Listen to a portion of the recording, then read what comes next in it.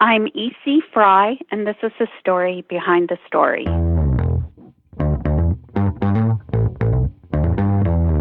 You're listening to the Author Stories Podcast, bringing you the story behind the stories and the storytellers. Margaret White, Terry Brooks, Sheena Kamal, Matthew Quick, J.T. Ellison, Walt D. Williams, Brad Thor, Corey, Dr. O, Brandon Sanderson, Robin Mom, Ernest Klein, Jim Butcher, Sherwin Harris. Visit hankgarner.com for archives of all the shows. Today's guest is E.C. Frey.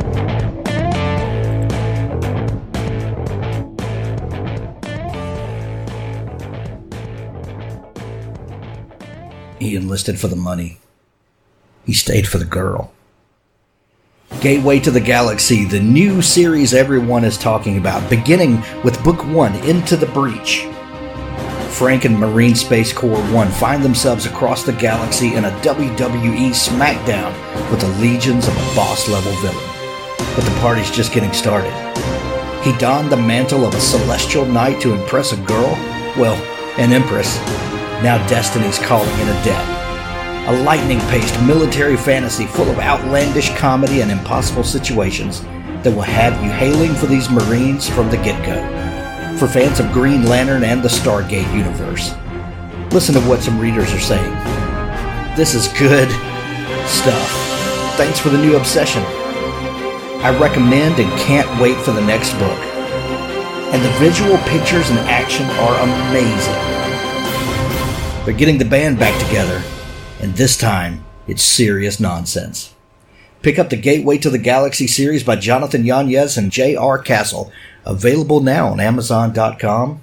There's a link to it in the show notes. Gateway to the Galaxy. As always, stay tuned at the end of the show for an audiobook clip from our good friend Richard Gleaves. Well, thanks for joining me again for the Author Stories Podcast, where I bring you the story behind the stories and the storytellers. Today, I'm really excited to have E.C. Frey on the show with me today. Her brand new book that is out as you're listening. This is called Entangled Moon, and it's a fantastic read. Welcome to the show, E.C., or should I call you Elizabeth? You can just call me Liz. Great. We'll go with Liz then. Liz, we begin each show with the same question, and that question is, what is your first memory of wanting to be a writer or storyteller? I think the first true memory was in third grade.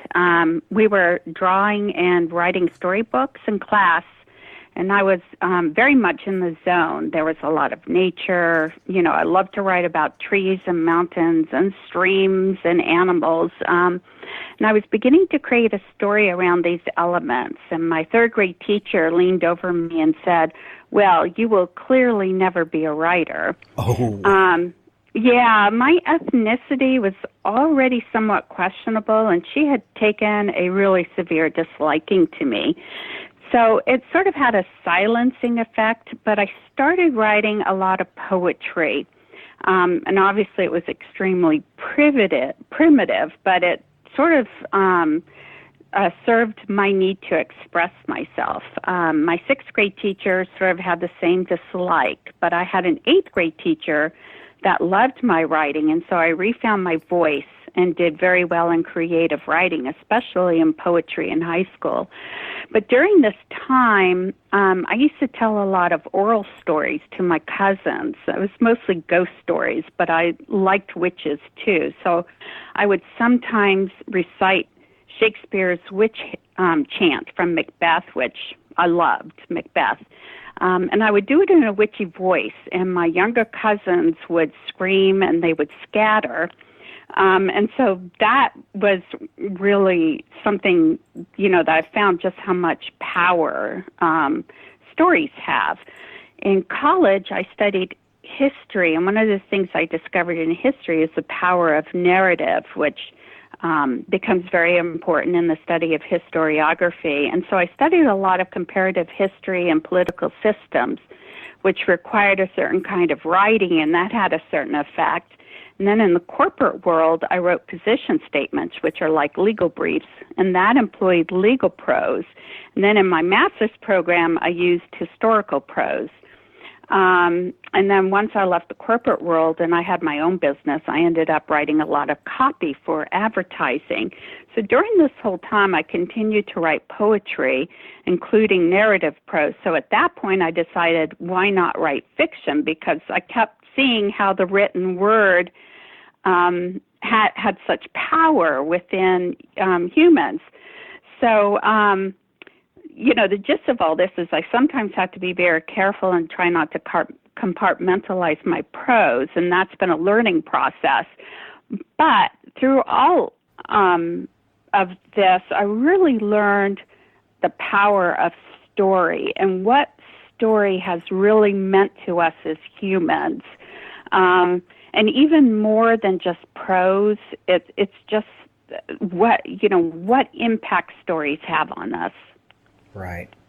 I want to go back to that third grade teacher for just a second because after 400 shows that we've done, I hear all of these stories, and I like to always bring it out that of teachers or parents or someone of influence that encourages someone.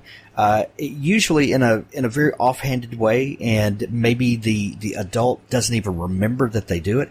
But these people tell me these stories over and over again about how someone gave a compliment at just the right time, and it cost the adult nothing, but it stuck with that kid forever, and that they look back and draw on that inspiration all the time.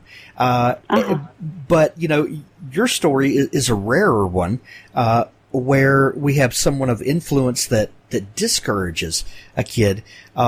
And although that is a very negative thing and a negative emotion, that backs that up, that can be equally powerful to draw upon later in life. It was, too, because it gave me poetry. Right. I found a way to transcend that part of it, and it stopped me from really writing fiction, but it gave me the power of understanding narratives, the written word, what my place was in the world, and poetry is so powerful, and I often used that later because I would hear a lot of kids especially say, well, I don't understand poetry. And, my response to that is poetry is so powerful. Whatever it means to you is what it means, because writing story is a collaborative process. It's not just me. It's what you bring to it, too, as a reader. And so poetry is a really wonderful and often short way for people to start sort of synthesizing it. Right. So at what point did you take that love of poetry and expand that to other forms? I know you talked about kind of narrative nonfiction and that sort of thing, but tell me how that grew and evolved with you. I think that because I tend to be very sensitive and being perceived as having an ambiguous ethnicity, it required me to be somewhat introspective, but then I needed to really express myself. I think a creative kind of person who's sort of living a little bit in opposition, story becomes a very powerful way to transcend some of the adversity, which, let's face it, we all have adversity. It comes in one form or another. It's what allows us to really grow as people. I used to always tell my kids, the good times are gravy, but that's not what forms your character. And so I really have always embraced adversity, and I think that story allows us to make that something that is positive, because I think that that's what I'm always reaching for, is a positive. So here I am writing suspense thrillers, but I'm always seeking the positive. So I think that was really the moment that I decided to really go into fiction was a very difficult time for me. I got cancer and basically was told to put my affairs in order. And I think it was that point I realized my voice at this point in my life is very important. And that was when I made the jump into fiction. Well, you talk about embracing adversity because that's the reality of most of life. Like you said, the good times are gravy. But usually every day there's some sort of adversity. And as writers, you really better embrace adversity because that's what makes compelling stories. We want to find a believable character, a likable character, and see them in trouble and see them try to solve those problems. Yes, I agree. So you were diagnosed with cancer and yes. given a bleak outlook, to say the least. What was that decision process for you like when you decided that you're going to write fiction? Was this one of those things? You have these eye-opening moments in life where it takes something to remind you of the true passion. Is that how you saw it? Like now I'm given a gift. I'm not going to waste it on things that that I'm not supposed to do. Does that make sense? Yeah. One of the things, that always stuck with me was a quote by Elizabeth Cady Stanton. And, I was very much, because of the time period I grew up in, I was very much influenced by a lot of feminist writers. But one of the things she said is, and I'm going to paraphrase it because I don't have it in front of me, was basically it's not your right to keep your voice to yourself. It is something that is meant to be shared. And it doesn't, I realized in that it doesn't mean that you have to be the most powerful voice, but it is a voice that is important to the world. And so coming from the perspective of somebody who was perceived as being multiracial, and in fact, I am, and I have been profoundly affected by my Native American history, by my family's, and the sorrow that was such an underground stream in our lives. I realized how important it is to not hold back and to speak the truth as I see it.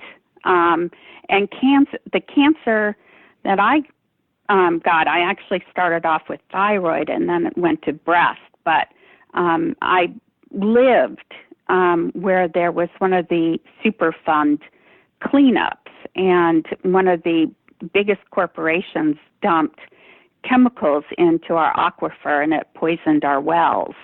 And so there was, the legal concept of, well, you could have gotten cancer anyway, which happened to be sort of an issue in the Indian side of my family because of the struggles they went through. And so it became very much something where I became tied back to my roots. And I actually had a very spiritual moment where I felt that an ancestor, his name is Yellow Thunder, where I felt that he was speaking to me, that it was time to no longer be quiet. And so it really was sort of a very profound moment for me. To make a long story short, my surgery was 24 hours.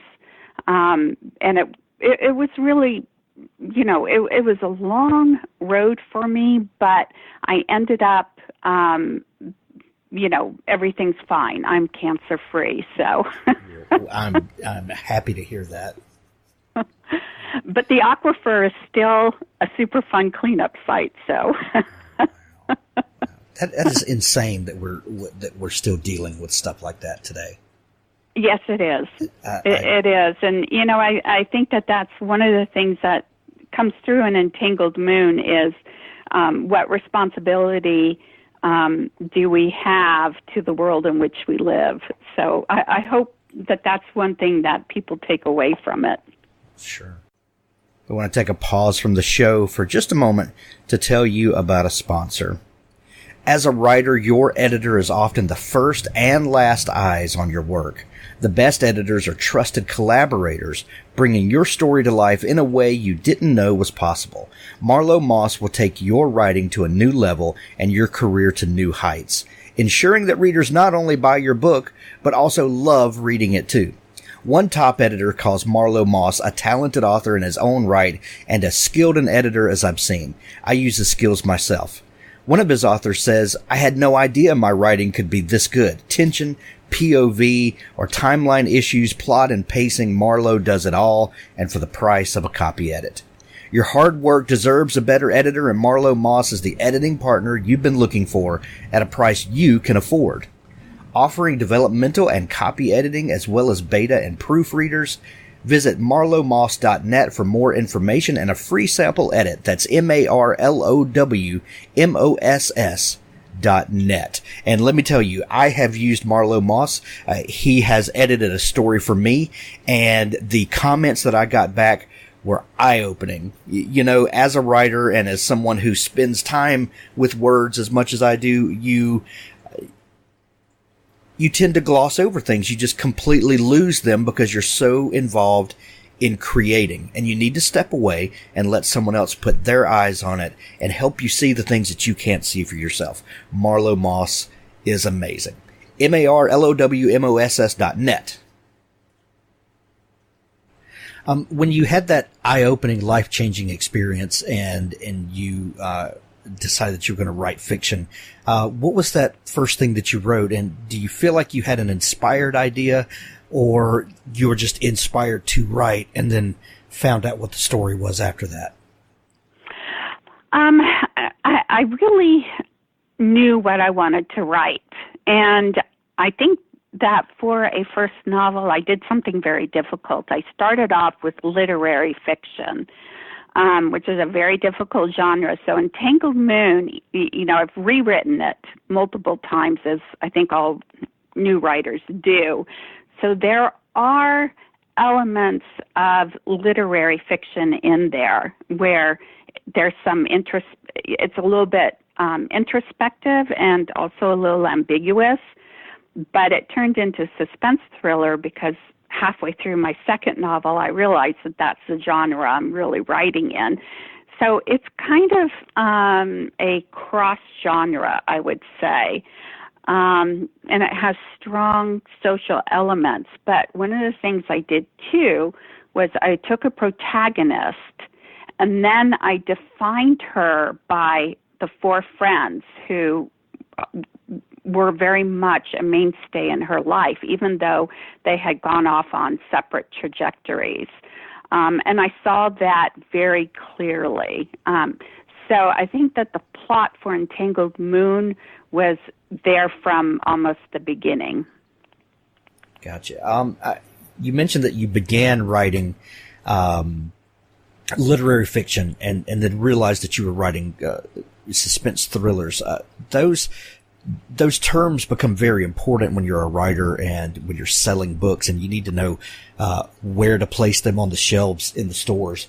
But I think some of those categories confuse readers sometimes. Yeah. What do you think? Yeah, and it's the bane. If you write a book that's a little weird, and you're like, I don't even know where to put this in the store. How do I tell people what genre this is? It's 8 genres. But what? To you, what makes the difference between literary fiction and suspense thriller? And then when you decided that's what it was, what elements do you go back and add in or edit to make it suspense? Boy, that's so difficult. For me, literary fiction, as I've read a lot more of it, is it really is introspective, and it's often very ambiguous. And it often has, there are endings that don't really work out any kind of moral dilemma. You're still left sort of with a moral dilemma. And so there's this sense of something being unresolved, which, of course, is very much like real life. But I think as humans, we like to have resolution. We like to think that as we have gone through something that we can come and, there will be justice, or there will be something that where a couple get together, or that, a woman who's been in a bad relationship finds a way to free herself, or, there are a million plot lines, but we like resolution. And so literary fiction, for me, I found probably is too unresolved, and that's why I ended up writing more in the suspense genre. And the thriller was just sort of something that got added at the end. And I am a little bit unresolved even about that thriller element. Because for me, it's really you're more plumbing the depths of the human condition, which is there. It's something that we must all learn to live with. But it allows you, when you're in that genre, to find some resolution. And hopefully in Entangled Moon there is resolution, although there is still some ambiguity. If that makes sense. Yeah, absolutely. And that's one of the things that I really like to do. I like to leave stories a little unresolved sometimes. I like it to be satisfying for the reader, but I also like to leave room that the reader can kind of think about the story for a while afterwards, and maybe there's a little bit of what if there. And I think that makes for a great reading experience. Speaking as a reader and a writer, those are things I like to do as well. Yeah, I agree. And I think that's how I sort of made the decision to go more into suspense thriller. But I think probably Entangled Moon is, it's more suspense with just that slight thriller element. Right. So let's talk about Entangled Moon. What is the what's the setup for it, and where did these characters come from for you? And I've actually written about all 5 characters now on my website. And basically it revolves around Heather, who she is my protagonist. And she comes from an extremely abusive situation, and sort of the backstory on her mom is that she has a mental illness that is undiagnosed and unchecked, and that was probably reflective of the time period. So anyway, she is in this world where adults don't want to think that somebody can do this, and everybody's turning a blind eye, which we still see today. I just think that it was more endemic then. But she has these 4 friends who sort of ignite around this extreme bullying situation. And the primary person is Mariah, who is Native American and white. And, of course, she's somewhat marginalized, and she had just had an episode with her mom where they were buying shoes, and she had seen how the storekeeper didn't want to touch the money her mom had touched, and so she was already kind of angry, and she disliked the hopelessness and helplessness that was on her dad's reservation. So here they are living in this wealthy community in the 1960s, and she sees this little girl who's helpless, and it reminds her of some of the rescued dogs that they have in the house, and she just goes in and she, defends her. And then these other girls come to her rescue, and Eve, who is biracial, she's part African American and part white, and Esperanza, who's mestizo, Cuban American, really go in, and they're in the fight also. And then Fiona, who's battling her own demons, but she's this beautiful person that everybody thinks has everything going for her, she stops the entire fight. And so it really becomes a story in the 1960s of how these 5 girls bonded as outcasts, and what their world looked like and how they were overcoming and dealing with some of that being part of an outcast group, and then sort of going their separate ways, but always finding each other every year to go somewhere different and see each other and be part of the group again. And then what happens when Heather's company is involved in water issues, and I don't want to give away too much, but what happens when they deal with some of those malfeasance issues and a murder that is also committed by somebody in the company. So how does all of that affect them, and how are all of their histories entangled? And it takes place in many places around the world, and you can see the entanglements. And I think that having grown up in a very international environment, because we had people from all over the world living with us and, being friends with us. That's just who my parents were. You really see how we are all very similar, and we're entangled at very rudimentary levels. I love that idea of entanglement, and you really see that in if you try to unravel the threads of your life, you'll get lost. There's no one's life is a straight linear timeline. We're all over the place, and the people that come into our lives and the connections we make, it's really mind-boggling if you try to zoom out and get a big picture of anyone's life, much less the drama that ensues because of that. I really, very much so. Yeah, I really like the dual timelines that you use in the book. At what part of the process did it become important to you to did you realize that you really needed to give these women's backstories to really bring understanding to the depth of their characters? Yeah, that's a really good question, because I'm trying to think when I wrote it as a literary fiction piece. I did have all 5 in there, but of course I did not have. I had some of the corporate environment in there, but I didn't have this malfeasance issue. And to be truthful, I was trying to deal with my dad's death, which was not really an accident. And so it was really coming up against the world of people in positions of authority acting poorly. And so the malfeasance part became almost that second timeline. It became more clear.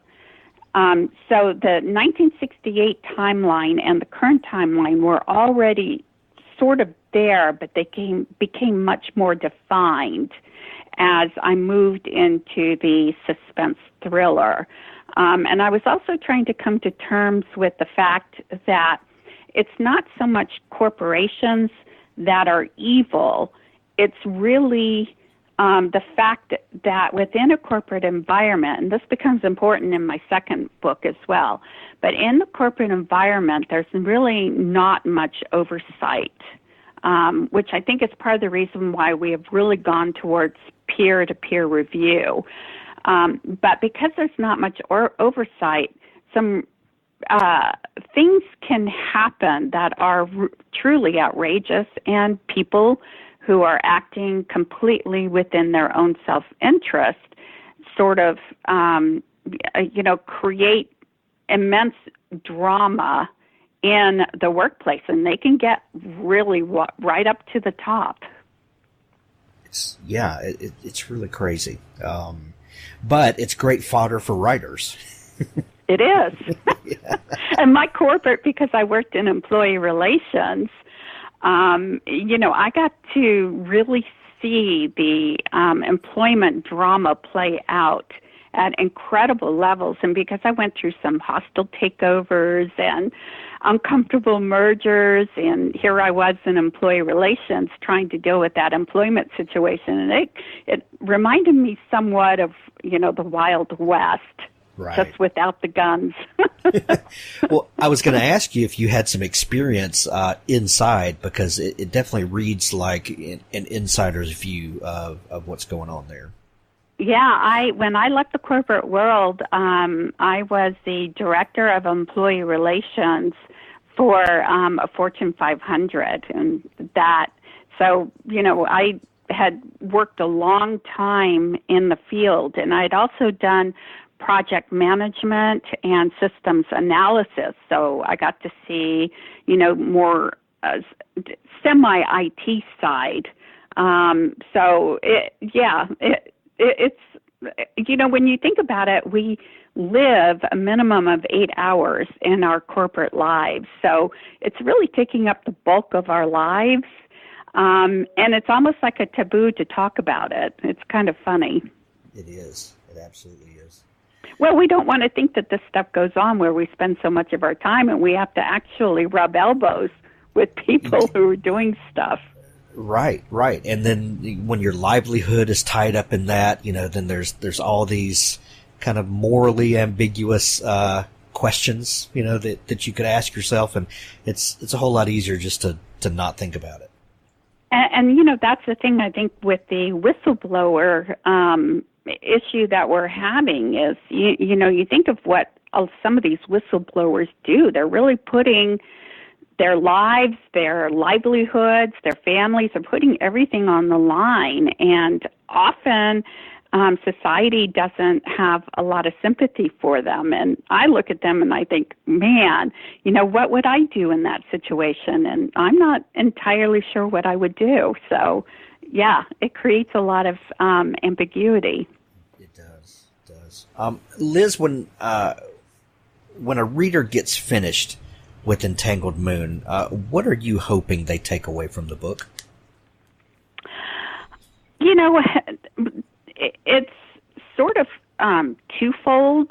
I think that Entangled Moon it's a suspense novel that is also very much a coming of age story about being multicultural at a particular moment in time, and how someone who is raised in that situation comes to interpret the world. I'm not always sure that the market's ready for the real conversation yet, although I think that Meghan Markle's marriage and some of the stuff she has said has really opened the door. But one of the premises of the novel deals with the concept of quantum entanglement, and I do bring physics in there because I grew up in a family where physics were a conversation we often had.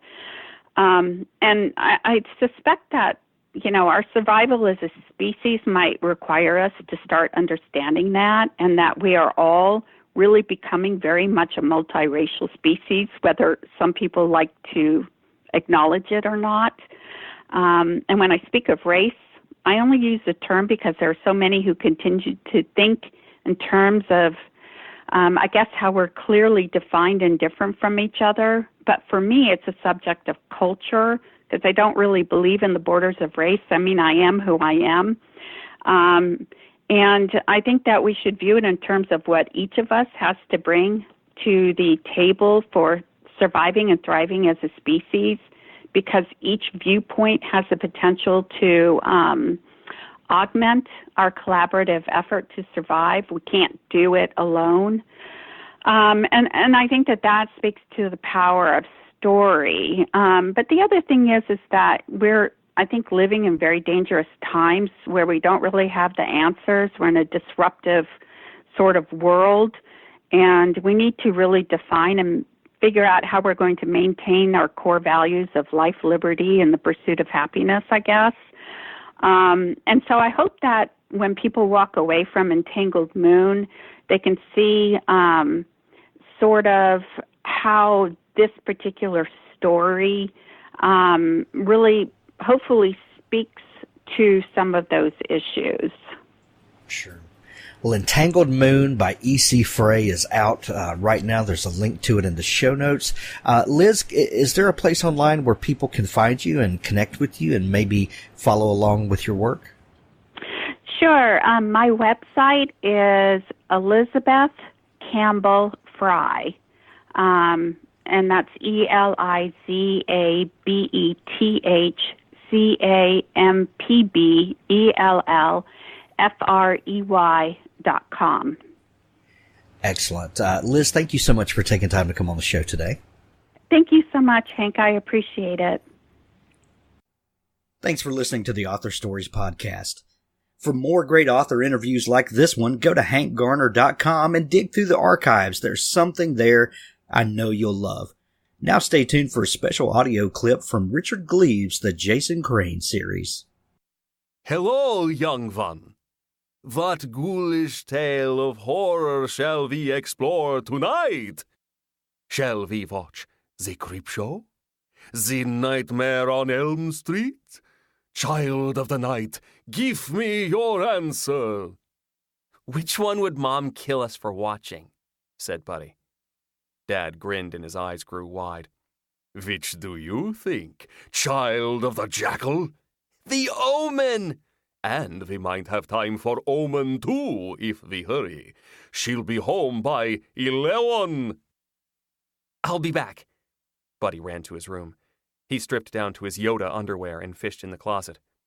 2 minutes later, he snuck back into the living room wearing his skeleton costume from last Halloween.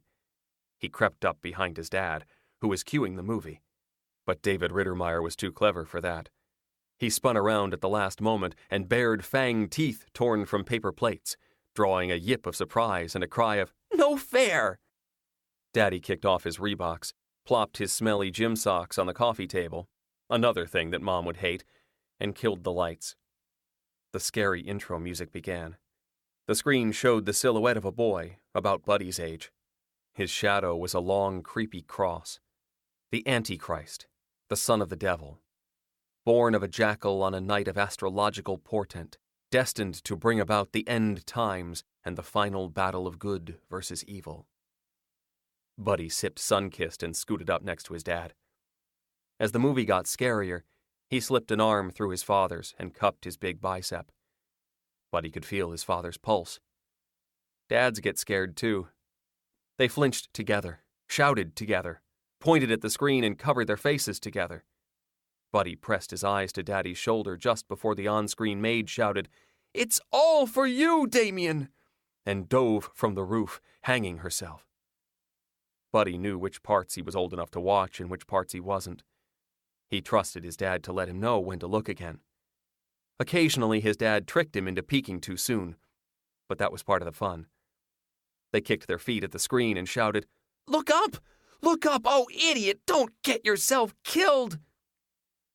At the climax, the hero of the movie, Mr. Thorne, discovered a birthmark of 3 6s on his son's head and dragged the little Antichrist to the altar of the church, determined to spear his son with holy daggers and end evil forever. After it was over, the Rittermeyer men sat silently through the credits.